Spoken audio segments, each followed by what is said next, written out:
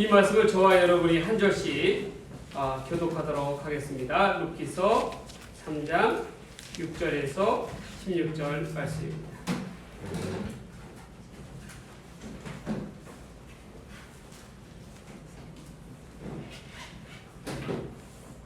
하나님의 말씀을 봉독합니다.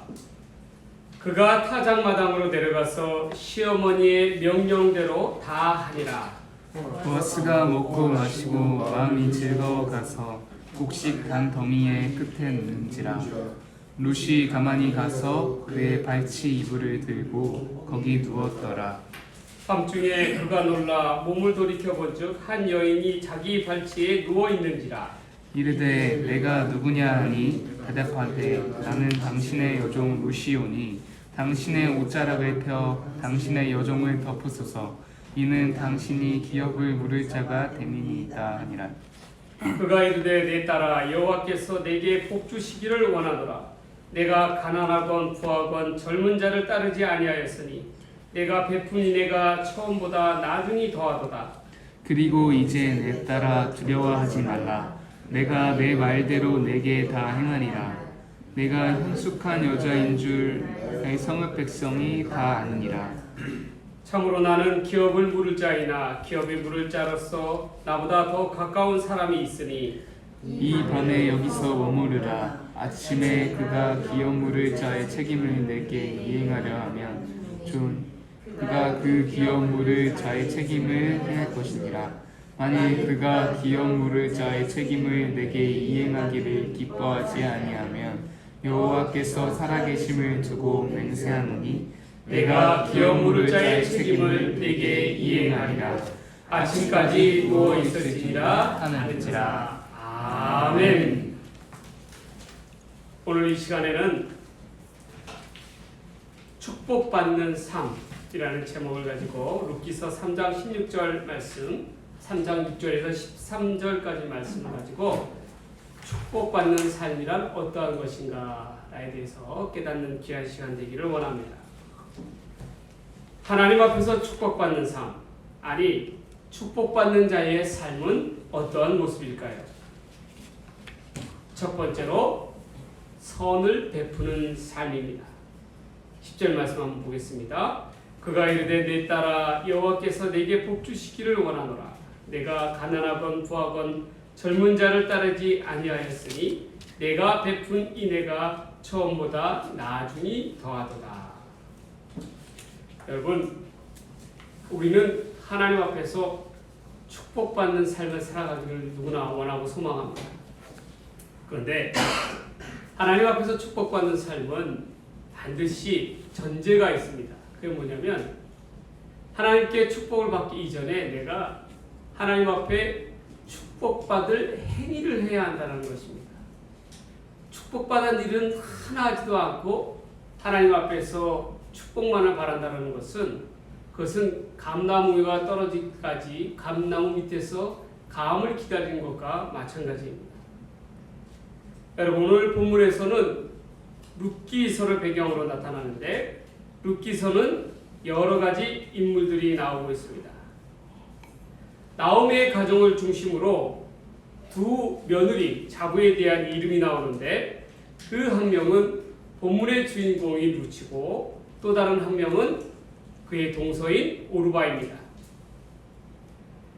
이 나오미의 가정은 모압 땅에서 이 서인에게 세 여인에게 죽음의 그림자가 드리워졌습니다. 나오미의 남편 시아버지인 엘리멜렉이 죽었습니다. 그리고 얼마 되지 않아 두 아들인 말론과 기론이 어떠한 이유에서든지 죽었습니다. 이 두 아들들은 모두 분가하여서 장성한 아들로서 각자의 가정을 이루며 살아왔습니다. 그런데 이 시어머니 나오미는 이 남편과 두 아들들을 가슴에 묻고 살아야 했습니다. 그 고통이 얼마나 컸겠습니까? 그야말로 처절한 죽음의 고통 끝에서 살아갈 수밖에 없었다는 것입니다. 오히려 죽은 이들은 편합니다. 문제는 살아남은 자들이죠. 삶의 고통은 언제나 살아남은 자들의 몫이기 때문입니다.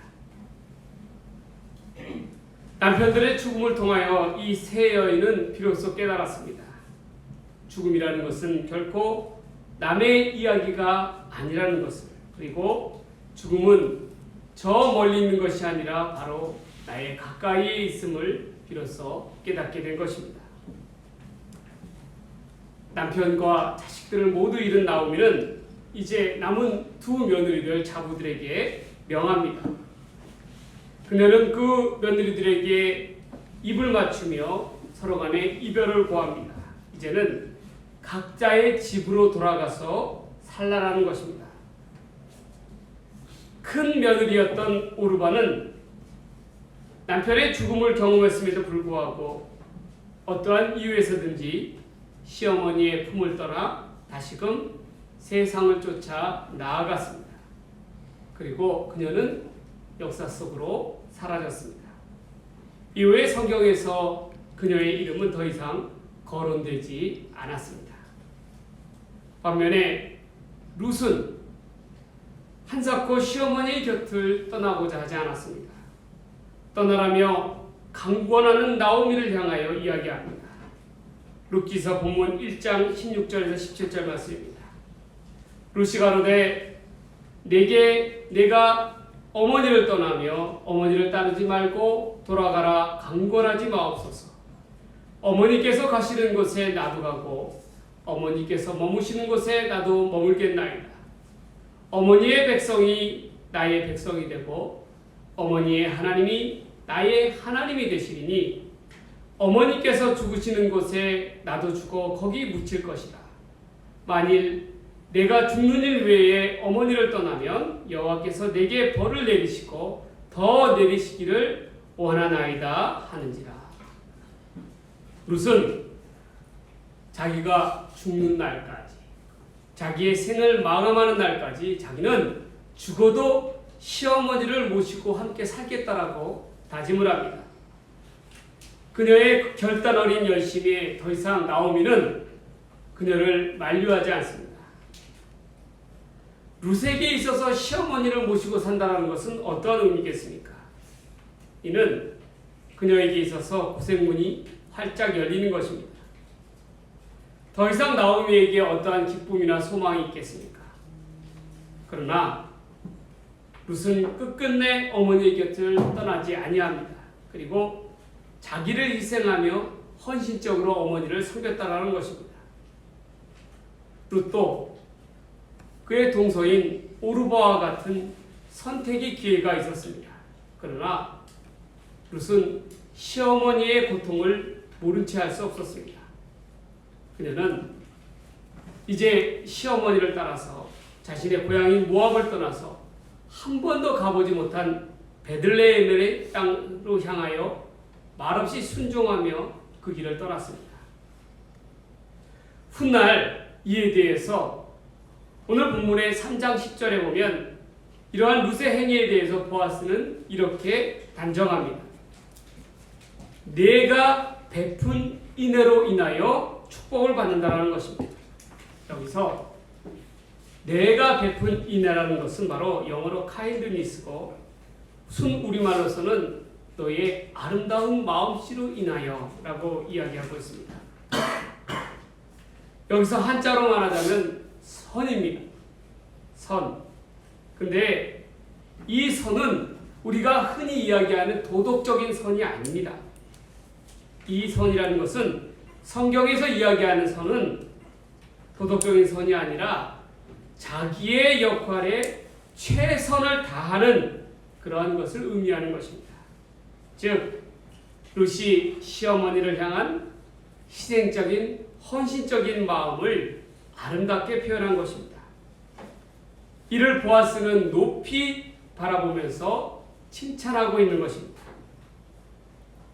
성경에서는 반드시 이렇게 룻과 같이 선을 행하는 자에게 반드시 하나님의 은혜로서 돌려주고 있음을 보고 있습니다. 나중에 룻은 보아스를 통하여 아들을 낳고 다윗과 예수님의 조상이 되는 큰 축복을 얻게 됩니다. 그러한 까닭은 바로 이러한 그녀의 인애, 선한 행위로 인함인 것입니다. 하나님은 오늘도 우리에게 루카도 같이 우리를 축복의 통로로 사용하시기를 원하십니다. 하나님은 당신의 하나님의 나라를 위하여 우리의 날들을 보다 새롭게 하시기를 원하신다는 것입니다. 그렇다면 우리가 이제 해야 될 게 뭐겠습니까? 우리도 루카도 같이 세상을 향하여 희생하며 헌신할 줄 아는 사람이 되어야 한다는 것입니다. 그리고 하루하루 날마다 최선을 다하여 하나님께서 우리에게 주신 소명의 삶을 온전히 살아가야 한다는 것입니다.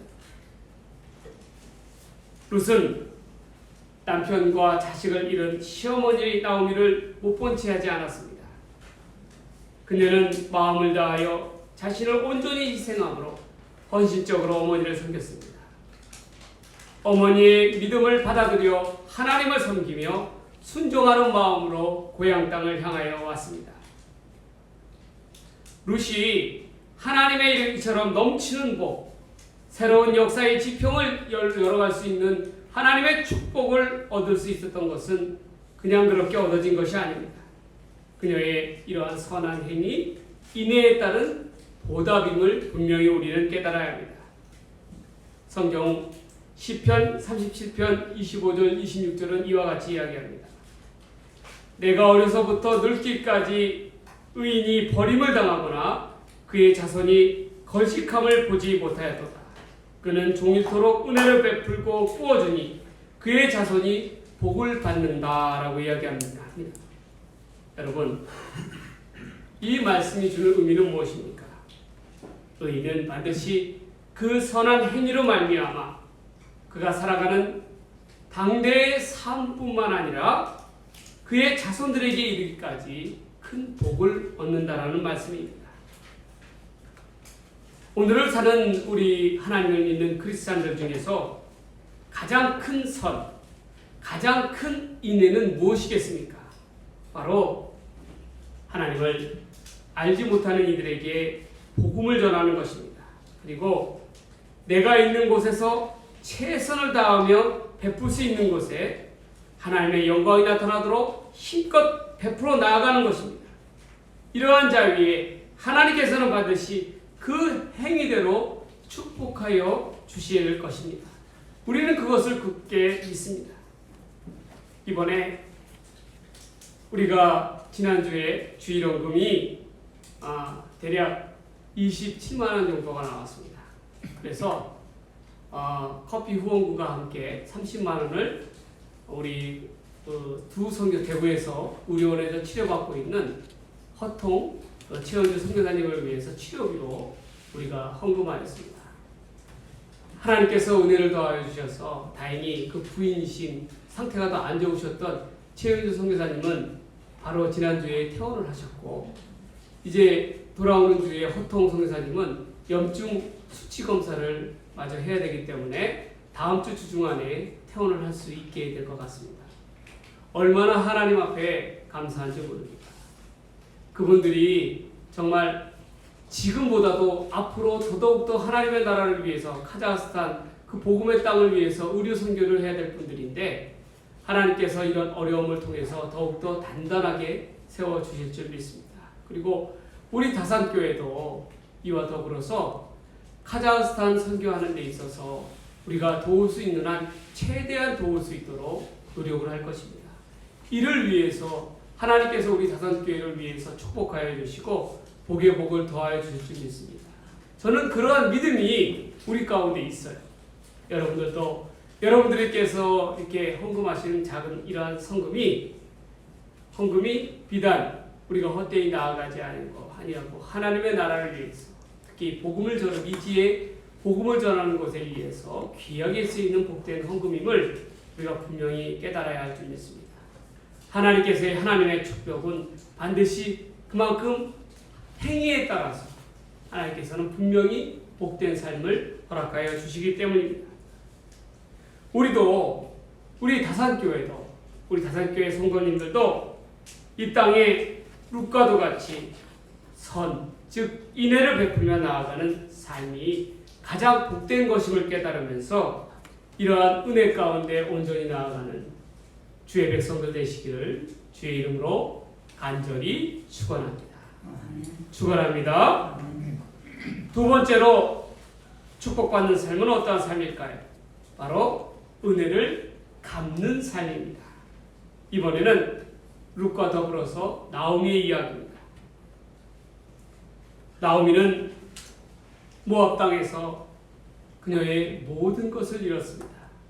재산뿐만 아니라 그의 가족 식구들을 잃었습니다. 남편과 아들 둘을 잃고 정말 딸과도 같이 남은 며느리 룻과 함께 10년이라는 모압 땅의 세월을 마감하고 고향 땅인 베들레헴으로 돌아왔습니다. 베들레헴에 도착하자 친지들은 그녀를 반가이 맞이하여 주었습니다. 그런데 친지들 앞에서 그녀가 이야기합니다. 자기의 이름을 더 이상 나옴이라고 부르지 말라는 겁니다. 나옴이라는 것은 히브리어 말로 기쁨, 희락을 뜻하는 것입니다. 자신의 삶은 더 이상 희락과 기쁨이 아니라는 거예요. 남편들까지 잃고 이렇게 몰리듯 베들레헴으로 돌아온 자신들의 모습을 통해서 더 이상 자기를 기쁨이라고 부르지 말라는 것입니다. 그리고 자기의 이름을 바꾸어 마라라고 불리라고 이야기합니다. 마라는 그 뜻이 고통이라는 것입니다. 모압 땅에서 10년 동안 그녀의 삶은 죽음의 고통의 나날들을 보내었습니다. 가족들을 잃고 처절한 죽음 가운데 맞이하였습니다. 더 이상 그녀의 삶은, 노년의 삶은 더 이상 소망을 찾아볼 수가 없었다라는 것이에요. 그저 자신이 명을 다하는 날까지, 생명을 마감하는 날까지 그저 유지하는 것입니다. 그런데 이러한 그녀에게도 마지막으로 꼭 해야 될 일이 있었어요.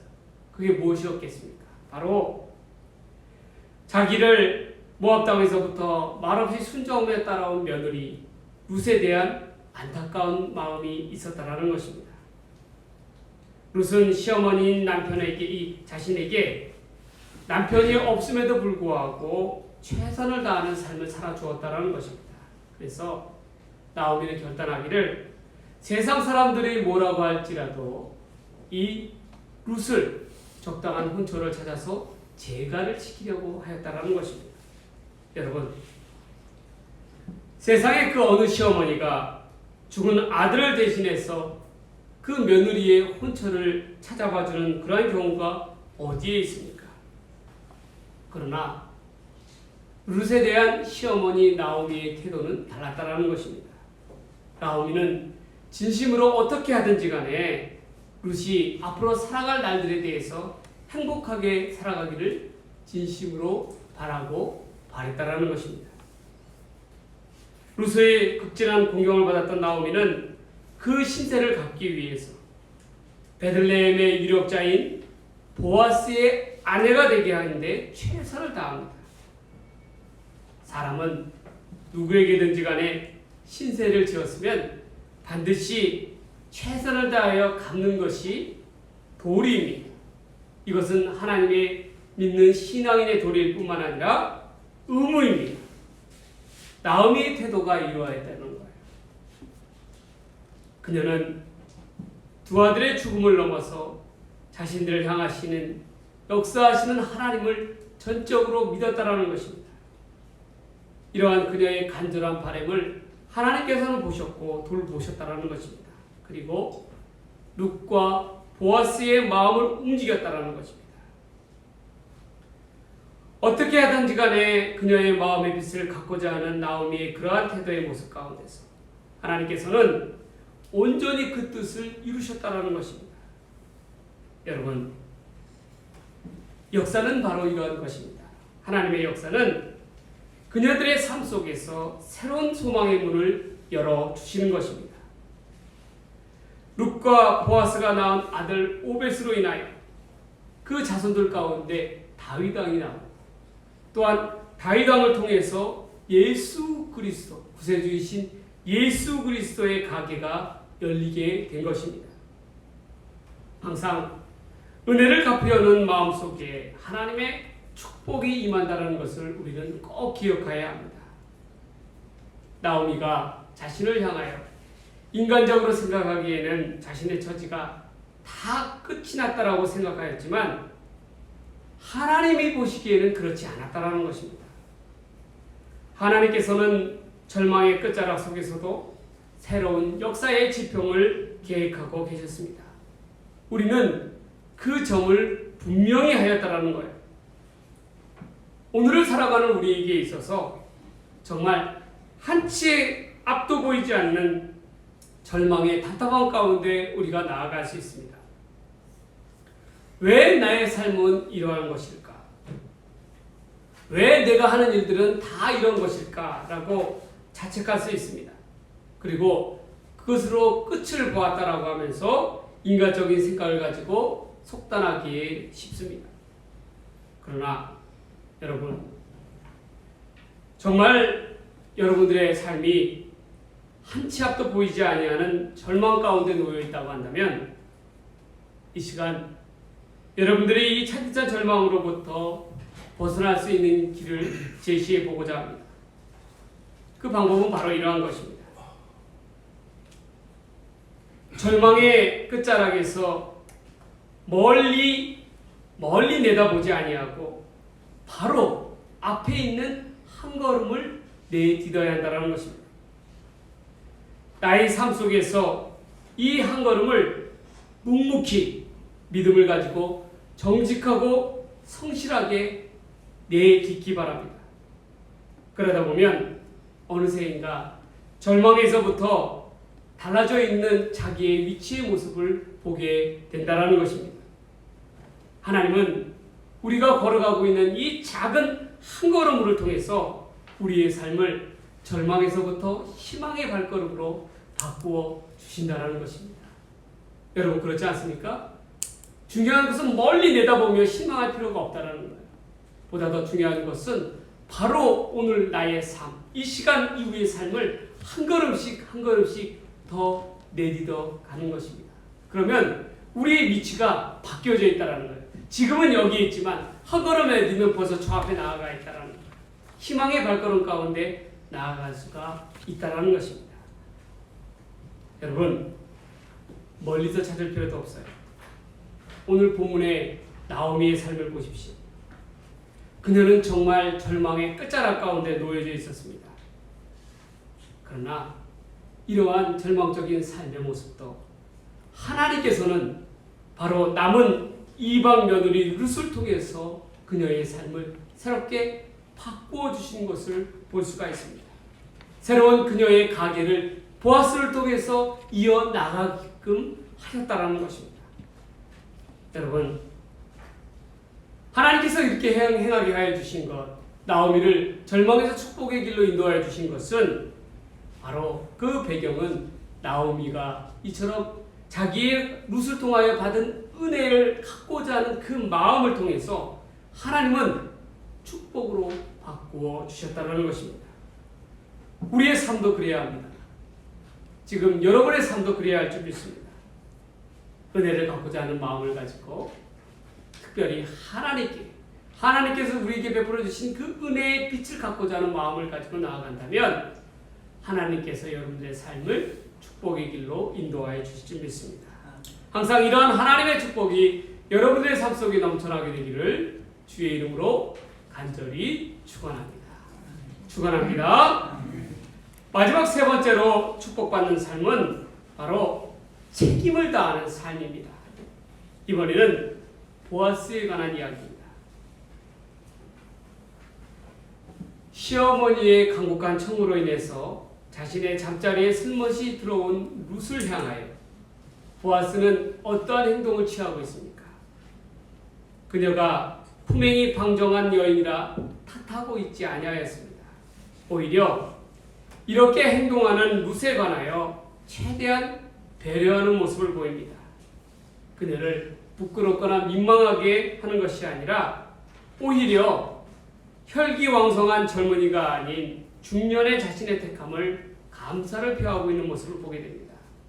그리고 그는 룻 앞에서 정직하게 기업을 물을 인물 중에서 자기보다도 더 가까운 친지가 있음을 밝힙니다.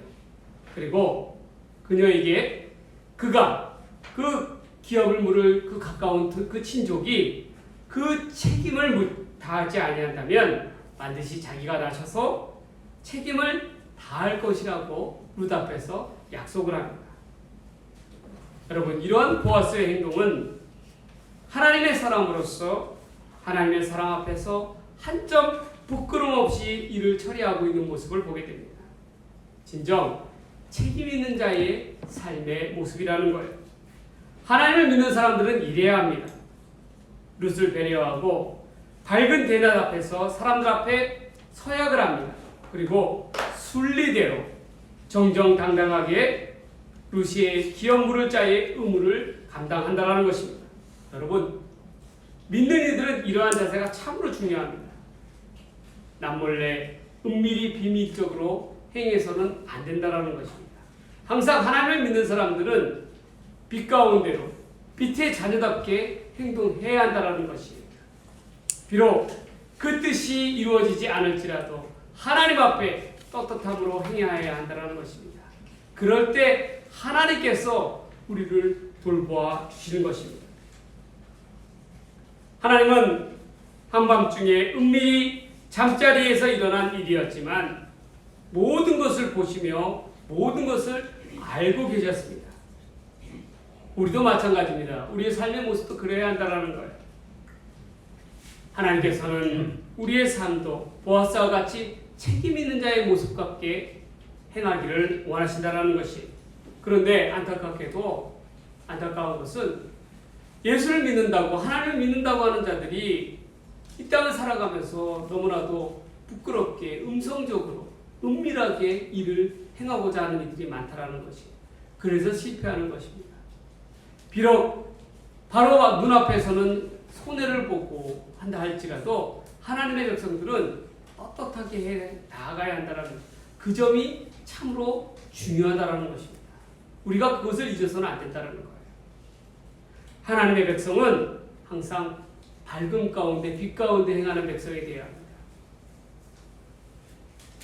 우리 교회가 동국노회에 가입을 하면서 어떠한 일이 있었냐면, 여러분들이 잘 아시다시피 이 노회에 가입하고 총회에 가입을 한다는 것은 이 교회는 더 이상 이 저의 교회가 아니라, 그 이름은 제 이름으로 되어 있지만, 대표의 이름으로 되어 있지만 하나님의 교회, 교단 가운데 소속되는 것을 의미합니다.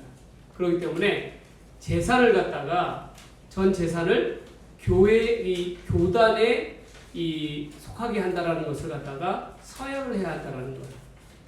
근데 그 문제에 부딪혔을 때 제 주변에서는 어떤 목사님은 이렇게도 이야기합니다. 뭐라고 얘기하냐면, 그냥 가짜 계약서 하나 써서 만들어. 그렇게 얘기해요. 가짜로 아버지 세워서 월세 주인과 같이 하고 월세 계약서를 만들어서 그렇게 하면 되지 뭐. 그렇게 이야기하더라고요. 그런데 제 생각은 달랐어요. 그것은 하나님이 기만하는 것입니다. 이 다산교회는 제 때뿐만 아니라 제 다음번에 어떤 목사님들이 목회에 오셔서 목회를 할지 모르겠지만 영원히 하나님의 교회로 남아야 한다는 거예요. 이 땅 가운데 새로운 교회로서 하나님 기뻐하는 교회의 모습으로서 서기를 원하는 것이지, 결코 그렇게 사람을 속이고 교단을 속이고 하나님을 속이는 그러한 행위를 해서는 안 된다는 거예요. 그래서 저는 그러한 부분에 있어서 온전하게 하나님 앞에 서약을 했습니다. 그리고 법적으로 공증을 받아서 이 재산이 온전히 다산교회가 바로 하나님의 교회의 것임을 밝혔다라는 것입니다. 모든 일이 그러하다라는 거예요, 여러분. 세상 일을 할 때도 하나님 앞에 세상을 속이려 하지 해서는 안 됩니다. 더욱이 하나님을 속이려 해서는 안 된다라는 거예요. 은밀한다라는 것은 없습니다. 하나님 앞에서는 정직히 행하여야 한다라는 거예요. 그러면 다른 사람은 몰라도 사람들은 교회를 인정합니다. 그리고 하나님은 그 교회를 주목하여 보신다라는 것이, 우리가 그것을 잊어서는 안 된다라는 것입니다. 하나님은 이러한 보아스의 태도를 귀히 여겨주셨다라는 거예요. 책임 있는 자의 모습을 귀히 여겨보셨다라는 것입니다. 그리고 룻과 그를 맺어주셔서 룻을 통하여 아들을 낳음으로 말미암아 역사 가운데 성경의 조상이 되는 그러한 그 이름을 올리게 되는 인물이 되게 하여 주십니다. 여러분, 우리는 꼭 기억해야 합니다. 앞서 제가 이야기한 것과 같이 하나님께서 축복을 허락하여 주실 때는 반드시 그 축복을 받을 만한 자에게, 받을 만한 행위를 한 자에게 복을 더하여 주신다는 것을 꼭 기억해야 합니다. 우리는 하나님을 존중히 여기지 아니하고 경홀히 여기고 하나님을 가볍게 생각하고 하나님을 속이고 세상적인 방법으로 자기에게 주어지는 이득에 따라 쉽게 행하는 자들에게는 결코 하나님의 하늘의 복이 임할 수가 없다는 것을 분명히 깨달아야 합니다. 여러분들의 삶의 모습은 어떠합니까? 과연 나는 내 삶은 하나님의 축복을 받을 만한 그러한 삶을 살아가고 있습니까? 여러분, 본문의 보아스처럼 자신의 삶 속에서 최선을 다하며 책임을 다하는 그러한 인물들이 되시기를 바랍니다. 그러한 삶을 통해서 하나님께서 축복의 축복을 더하여 주실 줄 믿습니다. 말씀을 마치겠습니다. 하나님 앞에 축복받는 삶은 어떠한 삶입니까? 룻처럼 인애와 선을 베푸는 삶이 되어야 합니다. 두 번째로 나오미처럼 은혜를 받았으면 은혜를 갚을 줄 아는 사람이 되어야 합니다. 마지막 세 번째로 보아스처럼 자기의 책임을 다할 줄 아는 그러한 삶을 살아가야 합니다. 그럴 때 하나님께서는 이러한 자들 위에 축복 위에 축복을 더하여 주시는 것입니다. 우리 5개의 믿음의 성도 여러분들은 모두가 이처럼 축복받는 삶의 속에서 나아가는 그러한 저와 여러분의 삶이 되기를 주의 이름으로 간절히 축원합니다. 축원드립니다. 기도하시겠습니다. 하나님 아버지 감사합니다. 우리의 삶은 늘 하나님 앞에 선을 행하며 인애를 베푸는 삶이 되게 하여 주시옵소서. 은혜를 받았으면 반드시 은혜를 갚는 자의 삶이 되게 하여 주시옵소서. 그리고 하나님 앞에서 늘 책임을 다하는 삶이 되게 하여 주시옵소서. 이를 통하여 하나님 앞에 그 삶이 복되고 축복받는 귀한 삶이 되게 하여 주시옵소서. 이 모든 말씀 우리를 사랑하시는 예수님의 이름으로 간절히 기도드리옵나이다. 아멘.